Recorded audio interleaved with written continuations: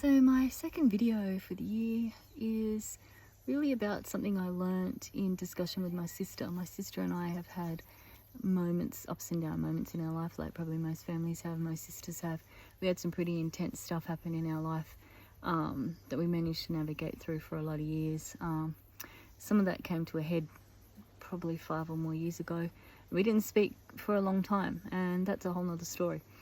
Last year we got reacquainted again, we got into contact again, and we've been slowly reacquainting our relationship.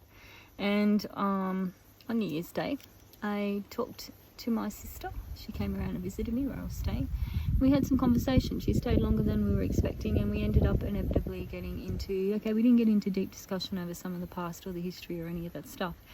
But we did have some conversations where she shared a bit about her life and different things that happened in her life and her perception of them from a better perspective that I didn't really know about or understand before.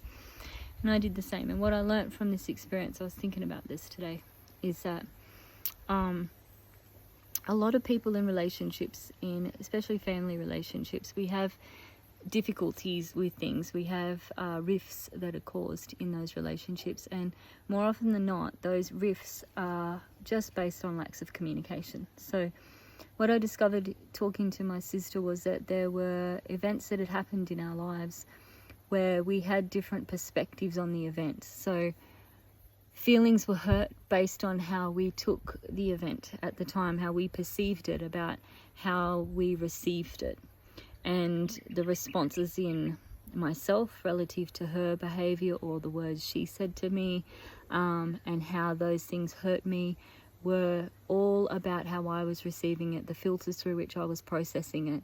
And to be able to think about that event now, to hear her version of the event, to realize that actually she was in no way attempting to come across in the way that I perceived it as. So I was hurt based on my own intake of the information, not on her attempting to hurt me, for example. And these things happen back and forth because we're totally different people, and we have different perceptions on life and on our viewpoints and the way we receive things or not. Our personality types are quite opposite on any of the spectrums of personality type measurements. So it's probably a very common thing for us to misunderstand each other in it.